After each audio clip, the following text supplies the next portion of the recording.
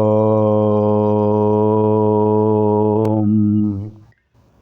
శ్రీ గురుభ్యో నమః.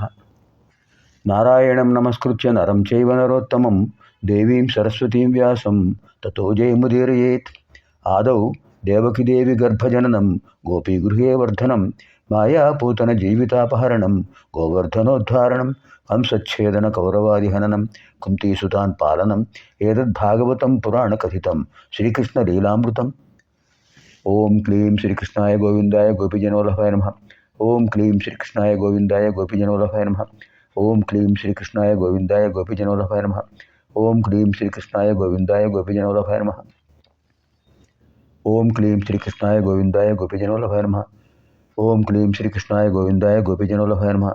ఓం క్లీం శ్రీకృష్ణాయ గోవిందాయ గోపీజనోల్లభాయ నమః. ఓం క్లీం శ్రీకృష్ణాయ గోవిందాయ గోపీజనోల్లభాయ నమః. ఓం క్లీం శ్రీకృష్ణాయ గోవిందాయ గోపీజనోల్లభాయ నమః. ఓం క్లీం శ్రీకృష్ణాయ గోవిందాయ గోపీజనోల్లభాయ నమః. ఓం క్లీం శ్రీకృష్ణాయ గోవిందాయ గోపీజనోల్లభాయ నమః. ఇదానీం వయం సర్వే శ్రీమద్భాగవత మహాపురాణే మోక్షపురాణే తృతీయస్కంధే ప్రవిశామः. తృతీయస్కంధే ప్రథమ అధ్యాయే ప్రవిశామः. ఈ తృతీయ స్కంధంలో 33 అధ్యాయాలు ఉన్నాయి. ప్రస్తుతం మనం ప్రథమాధ్యాయంలో ప్రవేశిస్తున్నాం.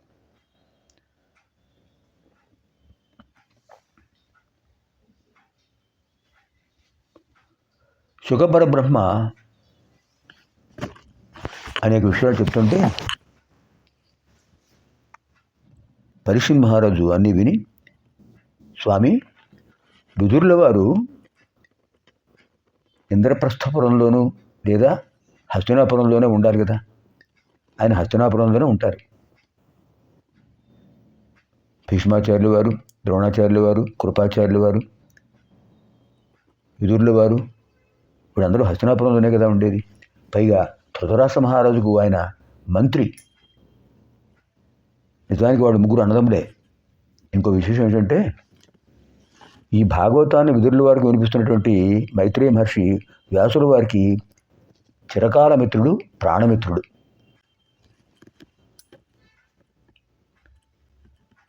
ఇంకా విదురుడు ఎవరు? వ్యాసభగవానుడి యొక్క అంశ. వ్యాసభగవానుడి యొక్క అంశ. శంకర మహారాజుకు 2 కొడుకులు. ఒకడు యవ్వనంలోనే విడిపోయాడు. రెండోవాడు అనారోగ్యంతో ఉంటుంటాడు. చూడండి భగవంతుడు లీల ఎలా ఉంటాయో. వివాహం చేశారు. భీష్మాచార్యుల వారి దగ్గరుండి అంబిక, అంబాలిక అనే ఇద్దరిని ఇచ్చి వివాహం చేశారు. కానీ అనారోగ్యంతో ఉన్నాడు. సత్యవతీదేవి వ్యాసుల వారిని ప్రార్థించింది, నాయన, వంశాన్ని ఉద్ధరించాలి, నువ్వే కాపాడాలి అంటే ఆయన తన సంకల్పంతో చెప్పారు, నేను నా స్వీయ రూపాన్ని పొంది, అంటే ఆయన వ్యాసుల వారు కామరూపి, ఏ రూపంలోనే ఉంటారు, తేజోరూపి. నేను స్వీయ రూపంలో, అంటే కృష్ణవర్ణం ఆయన, స్వీయ రూపంలో నేను అనుగ్రహిస్తాను. నా యొక్క కృపా కటాక్షంతో, దృష్టి ప్రసారంతో వాళ్ళకు సత్సంతానం కలుగుతుంది అని చెప్తే, అంబిక అత్తగారి ఆదేశంతో స్వామివారి దగ్గరికి వచ్చింది ఆవిడ. ఎదురుగా ఉన్నాడు ఆయన. చూసింది. చూస్తే నల్లగా ఉన్నాడు, పొట్టివాడు. ఏంటి అంత అసహ్యంగా ఉన్నాడు, ఇదేమిటి రూపం అని కళ్ళు మూసుకుంది. తత్ఫలితంగా పుట్టినవాడు గుడ్డివాడు, పుట్టుగురుడి ధృతరాష్ట్రుడు. కానీ మంచి పరాక్రమం గలవాడు, రాష్ట్రాన్ని ధరించగల శక్తి ఉంది కనుక ధృతరాష్ట్ర అని పేరు పెట్టారు. సరే, అంబాలిక వచ్చింది.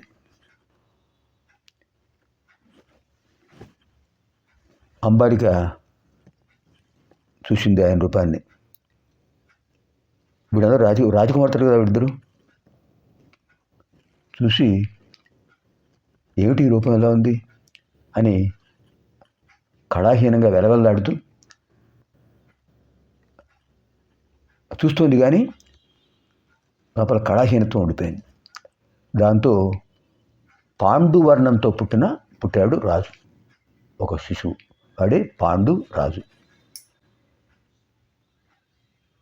పరాక్రమవంతుడే, కళావిహీనుడు అంటుంటారు, పాండు వ్యాధి అంటుంటారు, రకరకాలుగా ఉన్నాయి. ధృతరాష్ట్రుడు గుడివాడు కనుక రాజ్యపరిపాలనకు అర్హుడు కాడు. ఇక ధృతరాష్ట్రుడిపై గౌరవంతో సింహాసనం మీద కూర్చోబెట్టి పాండురాజే పరిపాలన చేశాడు, రాజ్యాన్ని అభివృద్ధి చేశాడు. మొత్తం భూమండలం అంతా తన స్వాధీనం చేసుకుని మొత్తం పరిపాలించాడు. అన్నగారిని కూర్చోబెట్టి తనే. విదురుడు వారు పుట్టుకు కూడా మనం చెప్పుకోరు కదా. వీళ్ళిద్దరు ఇలా అయ్యేటప్పటికీ ఏమిటి వీళ్ళిద్దరు ఇలా అయిపోయారు అని సత్యవతీదేవి, నాయన ఇంకొకసారి వాళ్ళను కృపాదృష్టితో చూడు అంటే, సరేనమ్మా నువ్వు చెప్పావు కనుక అలాగే అని చెప్తే, అప్పుడు వాళ్ళు ఏం చేశారు, ఇద్దరు కొడబలుక్కుని అంబిక అంబారిక వాళ్లకు ఇష్టమైన దాసి ఒకటి ఉంది. ఆవిడ చాలా దైవభక్తి పరురాలు. ఎప్పుడు ఓం నమో భగవతే వాసుదేవాయ అని స్మరణ చేస్తుంటుంది. ఆవిడ్ని పంపించారు. ఆ రూపాన్ని చూడగానే ఆవిడ చాలా ఆకర్షితురాలై నమస్కారం చేసింది. స్వామి, శ్రీకృష్ణ పరమాత్మ ఏ విధంగా నీలమేఘశ్యాముడు, మీరు అలా నీలమేఘశ్యాముడు ఉన్నారు, మహా తేజస్ సంపన్నుడు అని ఆయనకు ప్రదక్షిణాలు చేసి ఆయన పాదాలను స్ఫృతి నమస్కారం చేసింది, పాదాలకు. తత్ఫలితంగా జన్మించిన వాడే విదురుడు, అంటే దాసీపుత్రుడు. దాసీపుత్రుడు కనుక ఇతనికి కూడా రాజ్యార్హత లేదు. వ్యాసుడు గారు ఏం చెప్పారు, ఇతను మంత్రిగా ఉంచమన్నారు. సరే, మహాభారత కథ తెలుసు కదా మనకు. దుర్యోధనుడు ధృతరాష్ట్రుడికి 100 మంది కుమారులు, దుస్సల ఒక కుమార్తె. దుర్యోధనుడు దుశ్శాసనుడు మహాబలవంతుడు. మిగతా వాళ్ళని అనుసరించి వాళ్ళు ఎలా చెప్తే అలా వింటుంటారు. వీళ్ళకి తోడు మేనమామ శకుని, గాంధారి తమ్ముడు, వాడు వచ్చాడు. వాడు మాయావి.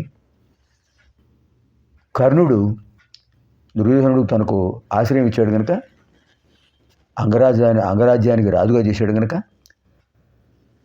అతనిపై అభిమానంతో ఉంటుంటాడు. తప్పని తెలిసినా కూడా దుర్యోధనుడు చెప్పినట్టే చేస్తుంటాడు. వీళ్ళని దుష్ట చతుష్టయమంటారు. వీళ్ళ యొక్క పన్నాగాల వల్లే పాండవులు అనేక కష్టాలు పడ్డారు. 18 సంవత్సరాలు వనవాసం, 1 సంవత్సరం అజ్ఞాతవాసం అయిపోయిన తర్వాత, అది అయిపోగానే వాడు రాజ్యం వాడికి ఇస్తామని చెప్పారు, కానీ ఇవ్వలేదు. శ్రీకృష్ణ పరమాత్మ శాంతి దూతగా వచ్చారు హస్తినాపురానికి. ధృతరాష్ట్రుడు ఆయన చెప్పిన మాటలు విని ఏం మాట్లాడలేదు. పైగా ఆయన బంధించడానికి ప్రయత్నం చేశారు వీళ్ళు. ఇదంతా అయిపోయింది, యుద్ధం నిశ్చయం అయిపోయింది. నేనే ఇవ్వనన్నాడు. యుద్ధంలో గెలిస్తే వాడిని తీసుకోమన్నాడు, నేనే ఇవ్వను. సూది మనమోపినంత కూడా నేను ఇవ్వను, ఇదంతా నాదే. అదే అహంకారం, మమకారం, దుర్భిమానంతో వంశాన్ని నాశనం చేశాడు. విదురుడు వారు ఎన్నో మాటలు చెప్పారు. నాయన చాలా పొరపాటు చేస్తున్నావు, వాళ్ళు ఎవరు మీ పెనతండ్రి కొడుకులే కదా, ధర్మబద్ధులు కదా, ఎందుకు వాళ్ళని బాధిస్తావు? నువ్వు చదువుకున్నవాడివే. ద్రోణాచార్యులు వారు నీకు ఎన్నో శాస్త్రాలు చెప్పారు. ధర్మం అంటే తెలుసు, అధర్మం అంటే తెలుసు, ఎందుకు ఇలా చేస్తున్నావు అంటే వాడు అంటాడు, ఆ దుర్యోధనుడు, జానామి ధర్మం నచమే ప్రవృత్తి అన్నాడు.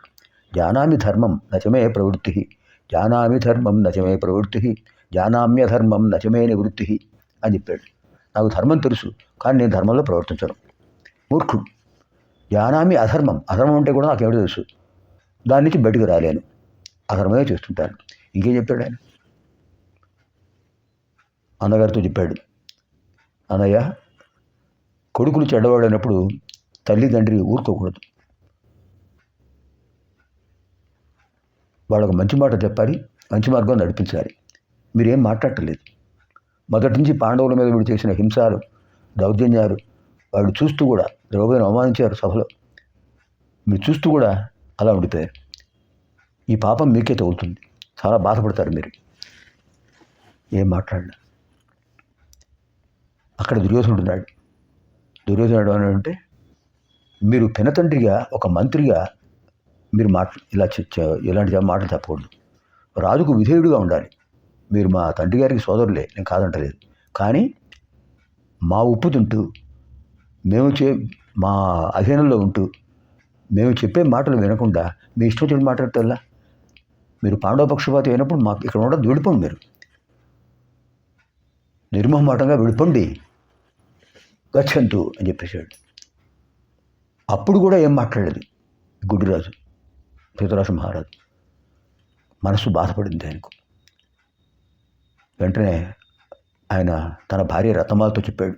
ఆయన భార్య పేరు రత్నమాల. ధృతరాష్ట్రుడి భార్య పేరు గాంధారి. పాండురాజుకు ఇద్దరు భార్యలు కుంతి, మాద్రి కొడుకు నకుల సహదేవులు, కుంతి కొడుకు ధర్మజ భీమ అర్జునులు. ధర్ముడి యొక్క అంశతో ధర్మరాజు, వాయువు యొక్క అంశతో భీముడు, ఇంద్రుడి యొక్క అంశతో అర్జునుడు జన్మించారు. అశ్విని దేవతల అంశాలతో నకుల సహదేవులు జన్మించారు. రాక్షసాంశలతో పుట్టారు 100 మంది. సహస్ర కవచుడు అనే గొప్ప రాక్షసుడు ఉండేవాడు. వాడి 99 కవచాలని శ్రీ మహావిష్ణువు నశింపజేశాడు. ఒక్క కవచం ఉంది, వాడు కర్ణుడుగా ఆవిర్భవించాడు. విదురుడు చాలా బాధపడి, అన్నయ్య నువ్వు మాట్లాడలేదు, మౌనం అర్థాంగీకారం, నేను ఉండటం నీకు ఇష్టం లేదు కనుక నేను వెళ్ళిపోతున్నాను. మీరేదో అనుకుంటున్నారు, నేను ఇక్కడి నుంచి వెళ్ళిపోతాను, పాండవుల దగ్గరికి వెళ్తాను అనుకుంటున్నారు. నేను ఎక్కడికి వెళ్ళను, నేను ఆ వానప్రస్థానం రేపిస్తాను అని చెప్పి ధనుర్బాణాలు అక్కడ పెట్టేశాడు. ఆయన గొప్ప యోధుడండి విదురుడు, సామాన్యుడు వాడు. విదురుడు అంటే యమధర్మరాజు యొక్క రూపం. యమధర్మరాజు ఆ రూపంలో వచ్చాడు. కౌరవులకు మంత్రిగానే కాదు, విలువిద్యులు ఆరితేరిన వాడు కూడా. అంచేత మీకు వీళ్ళకి దాని మీద దురభిప్రాయం ఏర్పడుతుందని మహాభారత యుద్ధంలో నేను పాల్గొనను అని నిశ్చయించాడు. తన భార్య ఆ రత్నమాలతో చెప్పాడు, నువ్వు ఇక్కడే ఉండు, రాజుగారి కుటుంబం ఉంది కనుక అన్నగారిని రక్షిస్తూ ఉండు, వదిన గారిని, మన బాధ్యత, నేను ఆశ్రమం స్వీకరిస్తాను, అడవులు పెడతాను అని చెప్పి వెళ్ళటమే ఆయన మైత్రేయుల వారి దగ్గరికి వెళ్ళారు. ఇదన్నమాట. ఇది మనకు భాగవతంలో విశేషమైనటువంటి తృతీయ స్కంధంలో మొదటి అధ్యాయం. ఇందులో శ్రీకృష్ణ పరమాత్మ యొక్క విశేషమైన రూపాలు, రుక్మిణీదేవికి ప్రద్యుమ్నుడుగా, మన్మధుడే ప్రద్యుమ్నుడుగా ఆవిర్భవించాడు. జాంబవతీదేవి కొడుకు సాంబుడు పూర్వంలో కుమారస్వామి. ఇలా దేవతల రూపాలు వచ్చేసాయి. ఇంకా విశేషం ఏంటంటే మనోబుద్ధి చిత్తాహంకారాలకు 4 అధిపతులు ఉన్నారు. మనస్సుకు అనిరుద్ధుడు, బుద్ధికి ప్రద్యుమ్నుడు, చిత్తానికి వాసుదేవుడు, అహంకారానికి సంకర్షణుడు. మనోబుద్ధి చిత్తాహంకారాలకు వరుసగా అనిరుద్ధ, ప్రద్యుమ్న, వాసుదేవ, సంకర్షణుడు అధిదేవతలు. ఈ అధిదేవతలు మనం 4 స్మరిస్తే విశేషమైన అనుగ్రహం కలుగుతుంది. వాసుదేవ, సంకర్షణ, ప్రద్యుమ్న, అనిరుద్ధేభ్యో నమః.